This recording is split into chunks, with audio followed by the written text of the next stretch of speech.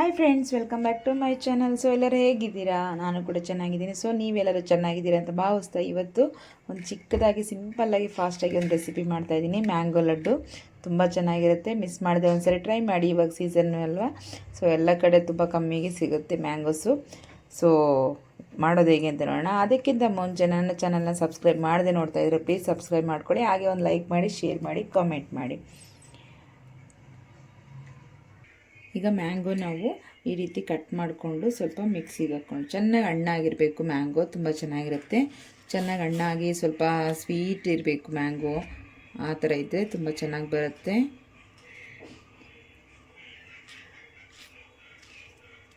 ನೋಡಿ ಎಷ್ಟು ಚೆನ್ನಾಗಿದೆ ಅಂತ. ನೋಡಿ ಎಲ್ಲ ಈ ರೀತಿ ಕಟ್ ಮಾಡ್ಕೊಂಡಿದ್ದೀನಿ. ಈಗ ಮಿಕ್ಸಿಗೆ ಹಾಕ್ಕೊಳ್ಳೋಣ. ಹಾಗೆ ನಾವು ನೋಡಿ, ನಾನು ಇಲ್ಲಿ ಒಂದು ತೆಂಗಿನಕಾಯಿ ಹೊಡ್ಕೊಂಡಿದ್ದೀನಿ. ಸೊ ನೀರಿಲ್ಲದೆ ಇರೋದೇ ತೊಗೊಂಡಿದ್ದೀನಿ, ಅಂದರೆ ಒಣಗಿರೋದಲ್ಲ. ಸೊ ಈ ರೀತಿ ಇರುತ್ತೆ. ಸೊ ಇದನ್ನು ಮೇಲ್ಗಡೆ ಸಿಪ್ಪೆ ಬ್ಯಾಕ್ ಪೊಸಿಷನ್ ಇರುತ್ತಲ್ವ, ಸೊ ಈ ಥರ ಕಲರು. ಸೊ ಅದನ್ನು ತೆಕ್ಕೊಂಬಿಡಬೇಕು. ಹಿಂದ್ಗಡೆ ಸಿಪ್ಪೆ ಫುಲ್ಲು ಈ ರೀತಿ ತೆಕ್ಕೋಬೇಕು.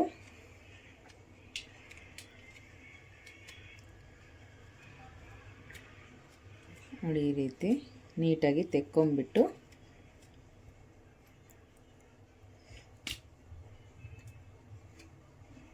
ಎಲ್ಲದನ್ನು ಹೀಗೆ ತೆಕ್ಕೊಳ್ಳೋಣ. ಫಸ್ಟು ಇದನ್ನು ಸ್ವಲ್ಪ ಪೌಡರ್ ಮಾಡ್ಕೋಬೇಕು. ಸೊ ಇದನ್ನು ಪೌಡರ್ ಮಾಡ್ಕೊಂಡ್ಮೇಲೆ ನಾವು ಮ್ಯಾಂಗೋನ ಮಿಕ್ಸಿಗೆ ಹಾಕ್ಕೊಳ್ಳೋಣ. ನೋಡಿ ಈ ರೀತಿ.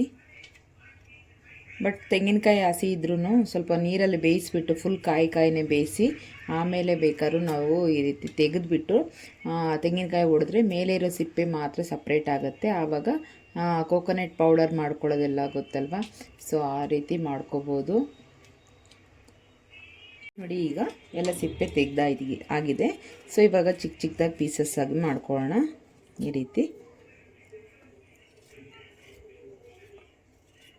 ರೀತಿ ಪೀಸಸ್ ಆಗಿ ಮಾಡಿಕೊಂಡು ತುಂಬ ಸ್ಲೈಸ್ ಆಗಿ ಕಟ್ ಮಾಡ್ಕೊಳ್ಳಿ. ಮಿಕ್ಸಿಯಲ್ಲಿ ಇಲ್ಲಾಂದರೆ ನೀಟಾಗಿ ಮಿಕ್ಸಿ ಆಗಲ್ಲ.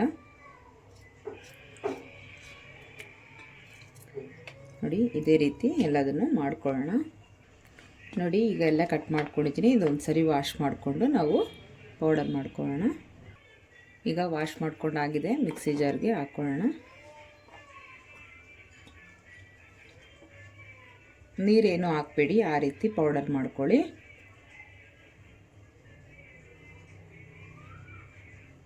ಈಗ ಮಿಕ್ಸಿ ಮಾಡ್ಕೊಂಡು ಬರ್ತೀನಿ. ಈಗ ಕೋಕೋನಟ್ ಎಲ್ಲ ಪೌಡಿ ಮಾಡ್ಕೊಂಡಿದ್ದೀನಿ. ನೋಡಿ ಈ ರೀತಿ ಪೌಡರ್ ಆಗಬೇಕು ನಮಗೆ. ಹಾಗೆ ಇಲ್ಲಿ ನಾನು ಒಂದು ಪ್ಯಾನ್ ಇಟ್ಕೊಂಡಿದ್ದೀನಿ. ಹಾಗೆ ಸ್ಟವ್ ಆನ್ ಮಾಡ್ತಾಯಿದ್ದೀನಿ. ಸ್ವಲ್ಪ ಬಿಸಿ ಆಗಲಿ.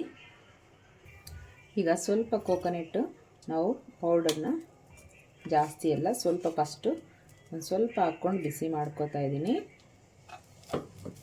ಇದನ್ನು ಸ್ವಲ್ಪ ಡ್ರೈ ರೋಸ್ಟ್ ಮಾಡ್ಕೋಬೇಕು. ಮುಂದೆ ಹೇಳ್ತೀನಿ ಇದೇನಕ್ಕೆ ಅಂತ. ಜಾಸ್ತಿ ಏನು ಬೇಡ, ಸ್ವಲ್ಪ ಮಾತ್ರನೇ.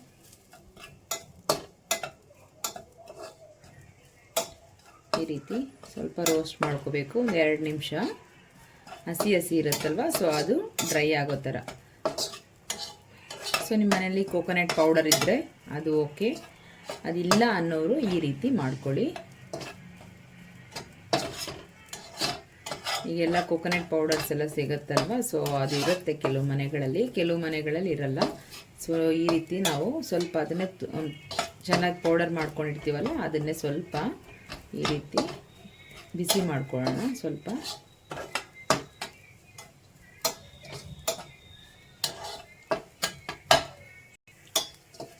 ಇಷ್ಟಾದರೆ ಸಾಕು. ನಾವು ಒಂದು ಪ್ಲೇಟ್ಗೆ ತೆಕ್ಕೊಂಬಿಡೋಣ. ಸೊ ಅದೇ ಬಾಣಲೆಗೆ ನಾನು ಮತ್ತೆ ಮಿಕ್ಕಿರೋ ಕೋಕೋನಟ್ ಎಲ್ಲ ಸೇರಿಸ್ಕೊಂಡಿದ್ದೀನಿ. ಈಗ ಲೋ ಫ್ಲೇಮ್ ಇಟ್ಕೊಂಡಿರಿ. ಅಷ್ಟರಲ್ಲೇ ನಾವು ಮ್ಯಾಂಗೋನ ಮಿಕ್ಸಿ ಮಾಡ್ಕೊಳ್ಳೋಣ. ಈಗ ನೋಡಿ ನಾನೆಲ್ಲ ಮಿಕ್ಸಿಗೆ ಹಾಕ್ಕೊಂಡಿದ್ದೀನಿ. ಇದನ್ನು ಫೈನ್ ಪೇಸ್ಟಾಗಿ ರುಬ್ಕೊಳ್ಳೋಣ. ಇದಕ್ಕೆ ಹಾಗೆ 2 ಏಲಕ್ಕಿನ ಬಿಡಿಸ್ಬಿಟ್ಟು ಈ ರೀತಿ ತೊಗೊಂಡಿದ್ದೀನಿ. ಹಾಗೆ ನಾವು ಮ್ಯಾಂಗೋ ಮಿಕ್ಸಿ ಜಾರ್ಗೆ ಶುಗರ್ನ ಸೇರಿಸ್ಕೊಳ್ಳೋಣ. ಒಂದು 3 ಟೇಬಲ್ ಸ್ಪೂನಷ್ಟು ನಾನು ಶುಗರ್ನ ಸೇರಿಸ್ತಾ ಇದ್ದೀನಿ. ನಿಮಗೆ ಸ್ವೀಟ್ ಕ್ವಾಂಟಿಟಿ ನೋಡಿಕೊಂಡು ನೀವು ಸೇರಿಸ್ಕೊಡಿ. ಈಗ ಇದು ರುಬ್ಕೊಂಡು ಬರೋಣ. ಈಗ ಈ ಕೋಕೋನಟ್ ಪೌಡರ್ಗೆ ಇದನ್ನು ನಾವು ರುಬ್ಕೊಂಡಿರೋದು ಸೇರಿಸ್ಕೊಂಡ್ಬಿಡೋಣ. ನೋಡಿ, ಈಗ ನಾವು ಮ್ಯಾಂಗೋ ಎಲ್ಲ ಹಾಕ್ಕೊಂಡಿದ್ದೀವಿ. ಇದಕ್ಕೆ ನಾವೀಗ 1 ಕಪ್ಪಷ್ಟು ಮಿಲ್ಕ್ ಪೌಡರ್ನ ಸೇರಿಸ್ಕೋಬೇಕು. ನಾನೀಗ 1/4 ಕಪ್ಪನ್ನು ಸೇರಿಸ್ಕೊಂಡಿದ್ದೀನಿ. ಈಗ ಎಲ್ಲ ಮಿಕ್ಸ್ ಮಾಡ್ಕೊಳ್ಳೋಣ.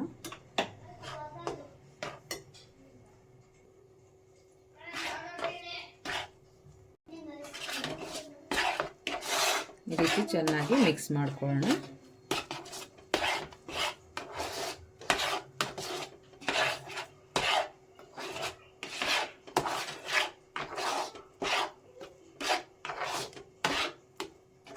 ಈಗ ಮಿಕ್ಕಿದ ಸ್ವಲ್ಪ ಕೂಡ ಸೇರಿಸ್ಕೊಳ್ಳೋಣ. 1 ಕಪ್ಪಷ್ಟು ಹಾಕ್ಕೊಂಡಿದ್ದೀನಿ ಮಿಲ್ಕ್ ಪೌಡರು.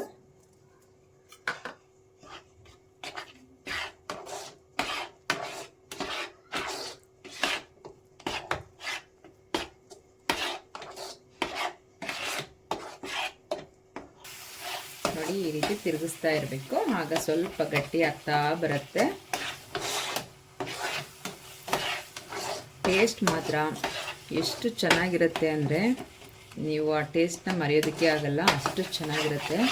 ತುಂಬ ಅಂದರೆ ತುಂಬ ಟೇಸ್ಟಿಯಾಗಿರುತ್ತೆ. ಆ ಮಿಲ್ಕ್ ಪೌಡರೆಲ್ಲ ಹಾಕಿರ್ತೀವಲ್ಲ, ಮ್ಯಾಂಗೋ ಅದೆಲ್ಲ ಕೋಕೋನಟ್ಟು ತುಂಬ ಚೆನ್ನಾಗಿರುತ್ತೆ. ಮಿಸ್ ಮಾಡಿದೆ ಡೆಫಿನೆಟ್ಲಿ ನಿಮ್ಮ ಮನೆಗಳಲ್ಲಿ ಟ್ರೈ ಮಾಡಿ ನೋಡಿ. ಯಾರಿಗೂ ಗೆಸ್ಟ್ ಬಂದಾಗ ಮನೇಲಿ ಈ ಥರ ಸ್ವೀಟ್ ರೆಸಿಪಿ, ಆಗ ಈ ಮನೇಲಿ ಏನಾದರೂ ಫಂಕ್ಷನ್ ಇದ್ದಾಗ ಈ ರೀತಿ ಮಾಡಿಸ್ಕೊಳ್ಳಿ ಅಥವಾ ಮಾಡಿ ನೀವೇ, ತುಂಬ ಚೆನ್ನಾಗಿರುತ್ತೆ. ಆದಷ್ಟು ವಿಡಿಯೋನ ಶೇರ್ ಮಾಡಿ, ಪ್ಲೀಸ್ ಒಂದು ಲೈಕ್ ಕೊಡೋದು ಮರಿಬೇಡಿ, ಹಾಗೆ ಕಾಮೆಂಟ್ ಮಾಡಿ. ಗಟ್ಟಿ ಆಗ್ತಾ ಇದೆ, ಇನ್ನೊಂದು ಸ್ವಲ್ಪ ಗಟ್ಟಿ ಆಗಬೇಕು. ಈಗ ನೋಡಿ, ಸ್ವಲ್ಪ ತಳ ಬಿಟ್ಟಿದೆ. ಈಗ ನಾವು 1 ಟೇಬಲ್ ಸ್ಪೂನಷ್ಟು ತುಪ್ಪ ಸೇರಿಸ್ಕೊಳ್ಳೋಣ. ಜಾಸ್ತಿ ಏನು ಬೇಡ, 1 ಟೇಬಲ್ ಸ್ಪೂನಷ್ಟು ಸಾಕು. ತಳ ಬಿಟ್ಟಿದೆ ನೀಟಾಗಿ. ಇವಾಗ ಸ್ವಲ್ಪ ಹಾಗೆ ಮಿಕ್ಸ್ ಮಾಡ್ಕೊಳ್ಳಿ, ಸಾಕು. ಸ್ವಲ್ಪ ನಾವು ದಪ್ಪ ತಳ ಇರೋವಂಥ ಪಾತ್ರೆನ ಯೂಸ್ ಮಾಡಿ. ಈ ಥರ ಏನಾದರೂ ಒಂದು ಸ್ವೀಟ್ ರೆಸಿಪಿ ಏನಾದರೂ ಮಾಡಬೇಕು ಅಂದರೆ ದಪ್ಪ ತಳ ಇರೋದಾದರೆ ಚೆನ್ನಾಗಿ ಬರುತ್ತೆ. ಈ ಸ್ವಲ್ಪ ತೆಳುಗಿರೋದಾದರೆ ಅಷ್ಟು ಚೆನ್ನಾಗಿ ಬರೋದಿಲ್ಲ, ಬೇಗ ತಳ ಅಂಟ್ಕೊಂಡ್ಬಿಡುತ್ತೆ, ತಳ ಸೀದೋಗ್ತಾ ಇರುತ್ತೆ. ನೋಡಿ, ನೀಟಾಗಿ ಈ ರೀತಿ ಮಾಡ್ಕೋಬೇಕು.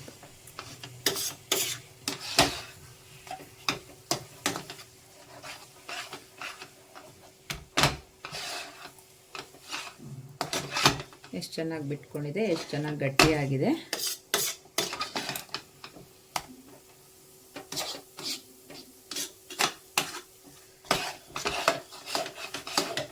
ಇನ್ನೊಂದು 2 ನಿಮಿಷ ಸ್ಟವ್ನ ಆಫ್ ಮಾಡ್ಕೊಳ್ಳೋಣ.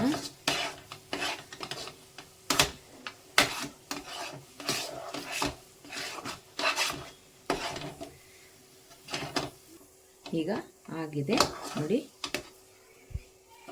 ಈಗ ಸ್ಟವ್ನ ಆಫ್ ಮಾಡ್ಕೊಳ್ಳೋಣ. ಸ್ವಲ್ಪ ತಣ್ಣಗಾಗಲಿ, ಒಂದು ಪ್ಲೇಟ್ಗೆ ಹಾಕ್ಕೊಳ್ಳೋಣ. ಇದು ನೋಡಿ ಎಷ್ಟು ಚೆನ್ನಾಗಿ ತಳ ಬಿಟ್ಟಿದೆ, ಒಂದು ಉಂಡೆ ಮಾಡ್ಬೋದು, ಆ ರೀತಿ ಆಗಿದೆ ನೋಡಿ.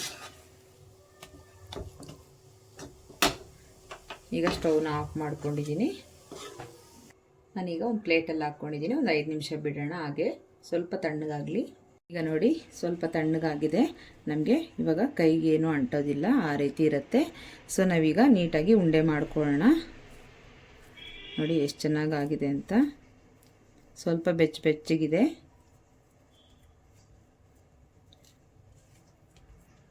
ನಮಗೆ ಕೈಗೆ ಬೇಕಾದರೆ ಸ್ವಲ್ಪ ತುಪ್ಪನ ಅಪ್ಲೈ ಮಾಡಿಕೊಂಡು ಉಂಡೆ ಮಾಡೋಣ.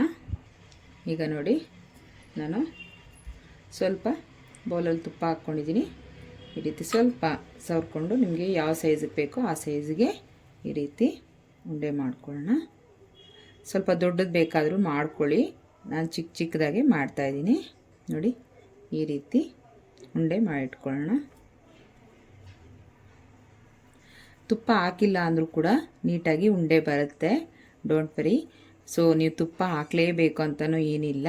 ಸೊ ನಿಮಗೆ ಮಾಡುವಾಗಲೂ ಅಷ್ಟೇ, ತುಪ್ಪ ಬೇಕಂದರೆ ಹಾಕ್ಕೊಳ್ಳಿ, ಬೇಡ ಅಂದರೆ ಸ್ಕಿಪ್ ಮಾಡಿ, ಅದರಲ್ಲೇನಿಲ್ಲ. ಸೊ ಹಾಕಿಲ್ಲ ಅಂದರೂ ಕೂಡ ನೀಟಾಗಿ ನಿಮಗೆ ಬರುತ್ತೆ.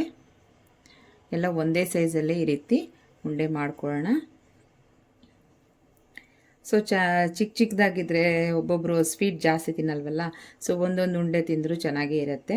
ದೊಡ್ಡದು ಮಾಡಿದ್ರೆ ಮತ್ತೆ ಅದರಲ್ಲಿ ಪೀಸ್ ಮಾಡಬೇಕಾಗತ್ತೆ, ಸೊ ಅಷ್ಟು ಚೆನ್ನಾಗಿರಲ್ಲ. ಸೊ ನಾವು ಈ ರೀತಿ ಚಿಕ್ಕದಾಗೆ ಮಾಡ್ಕೊಳ್ಳೋಣ, ನೋಡೋಕ್ಕೂ ಚೆನ್ನಾಗಿರುತ್ತೆ ಅಂತ.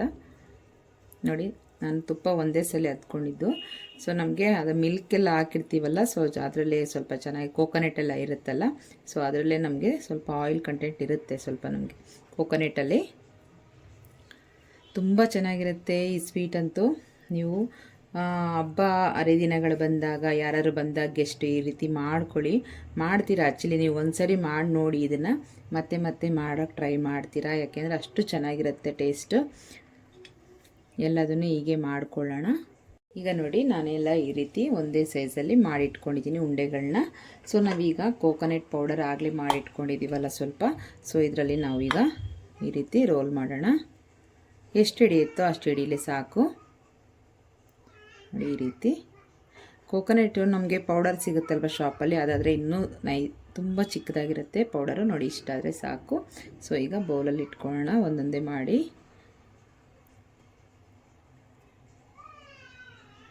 ನೋಡಿ, ಈ ರೀತಿ ಮೇಲೆಲ್ಲ ಅಪ್ಲೈ ಮಾಡ್ಕೋಬೇಕು. ಮಕ್ಳಿಗೂ ದೊಡ್ಡವ್ರಿಗೆ ಎಲ್ಲರಿಗೂ ಇಷ್ಟ ಆಗುತ್ತೆ. ನೀವು ಬೇಕ್ರಿಯಲ್ಲಿ ತಂದಿರೋ ಸ್ವೀಟ್ಗಿಂತ ತುಂಬ ಚೆನ್ನಾಗಿ ಟೇಸ್ಟ್ ಕೊಡುತ್ತೆ. ಮಿಸ್ ಮಾಡದೆ ಟ್ರೈ ಮಾಡಿ, ಪದೇ ಪದೇ ಹೇಳ್ತಾ ಇದ್ದೀನಿ. ಹಬ್ಬಗಳಿಗೆ ಮನೇಲಿಗೆ ಎಷ್ಟು ಬಂದಾಗ ನೀವು ಈ ಥರ ಮಾಡಿಕೊಡಿ. ನೀವು ಏನರಲ್ಲಿ ಮಾಡಿಕೊಟ್ಟಿದ್ದೀರಾ ಅಂತಲೇ ಗೊತ್ತಾಗಲ್ಲ. ಬೇಕ್ರಿಯಲ್ಲೇ ತಂದಿದ್ದೀರಾ ಅಲ್ವಾ, ಈ ಥರ ಸ್ವೀಟು ಎಲ್ಲಿ ತಂದಿದ್ದೀರಾ ಅಂತಲೇ ಕೇಳ್ತಾರೆ. ಆ ರೀತಿ ಇರುತ್ತೆ. ತುಂಬ ಅಂದರೆ ತುಂಬ ಚೆನ್ನಾಗಿರುತ್ತೆ. ಈ ರೀತಿ ಕೋಟ್ ಮಾಡ್ಕೊಂಡು ಇಟ್ಕೊಳ್ಳೋಣ ಎಲ್ಲದನ್ನು. ಮಕ್ಳಿಗಂತೂ ತುಂಬ ಖುಷಿ ಆಗುತ್ತೆ ಈ ರೀತಿ ಒಂದೊಂದು ಮಾಡಿಕೊಟ್ಬಿಟ್ರೆ. ಎತ್ಕೊಂಡು ಹಾಗೆ ತಿಂದುಬಿಡ್ತಾರೆ, ಅಷ್ಟು ಚೆನ್ನಾಗಿ ಟೇಸ್ಟ್ ಇದೆ ಅದು. ನೋಡಿ, ಈ ರೀತಿ ನೀಟಾಗಿ ರೋಲ್ ಮಾಡಿಕೊಂಡ್ರೆ ಆಯಿತು. ಎಕ್ಸ್ಟ್ರಾ ಇದ್ದಿದ್ದು ಹಾಗೆ ಬಿದ್ದೋಗುತ್ತೆ, ಅದೇನು ಇಟ್ಕೊಳ್ಳಲ್ಲ. ಸೊ ಎಷ್ಟು ಬೇಕೋ ಅದಕ್ಕೆ ಅಷ್ಟನ್ನೇ ತೊಗೊಂಡು ಎಕ್ಸ್ಟ್ರಾ ಇದ್ದಿದ್ದು ಹಾಗೆ ಬಿಟ್ಬಿಡತ್ತೆ. ಹೀಗೆ ಎಲ್ಲದನ್ನು ಮಾಡ್ಕೊಳ್ಳೋಣ. ಈಗ ನೋಡಿ ಎಷ್ಟು ಚೆನ್ನಾಗಿ ರೆಡಿಯಾಗಿದೆ ಅಂತ, ಎಷ್ಟು ಕಲರ್ಫುಲ್ಲಾಗಿ ಎಷ್ಟು ಚೆನ್ನಾಗಿ ರೆಡಿಯಾಗಿದೆ. ಈಗ ಇದಕ್ಕೆ ಸ್ವಲ್ಪ ಮೇಲೆ ಪಿಸ್ತಾ ಸ್ವಲ್ಪ ಹಾಕಿಡೋಣ. ಸ್ವಲ್ಪ ನಮಗೆ ಬೇಕ್ರಿ ಸ್ಟೈಲಲ್ಲೆಲ್ಲ ಫೀಲ್ ಬರಬೇಕಲ್ವಾ, ಸೊ ಟೇಸ್ಟ್ ತಕ್ಕನಾಗಿ ಸ್ವಲ್ಪ ಚೆನ್ನಾಗಿರಬೇಕಲ್ವ, ಅದಕ್ಕೆ ಸ್ವಲ್ಪ ಪಿಸ್ತಾ ಎಲ್ಲ ಹಾಕಿ ರೆಡಿ ಮಾಡ್ತೀನಿ. ಈಗ ನೋಡಿ ಎಷ್ಟು ಚೆನ್ನಾಗಿ ರೆಡಿಯಾಗಿದೆ ಅಂತ. ನಮಗೆ ಬೇಕ್ರಿ ಸ್ಟೈಲಲ್ಲಿ ನಮಗೆ ಕಲರ್ಫುಲ್ಲಾಗಿ ನೋಡೋದಕ್ಕೆ ಮಕ್ಳಿಗೂ ಎಲ್ಲರಿಗೂ ಇಷ್ಟ ಆಗೋ ರೀತಿ ನಾವು ಡೆಕೋರೇಟ್ ಮಾಡ್ಕೋಬೋದು. ಈ ರೀತಿ ತುಂಬ ಚೆನ್ನಾಗಿರುತ್ತೆ. ಮಿಸ್ ಮಾಡಿದೆ, ಒಂದು ಸರಿ ಟ್ರೈ ಮಾಡಿ ನೋಡಿ. ನೀವೇನು ಅಂತೀರಾ ಎಷ್ಟು ಚೆನ್ನಾಗಿದೆ ಅಂತ. ಇಷ್ಟೊಂದು ಚೆನ್ನಾಗಿರುತ್ತೆ ಮ್ಯಾಂಗೋದಲ್ಲಿ ಸ್ವೀಟು ಅಂತ ಅನ್ಕೋತೀರಾ.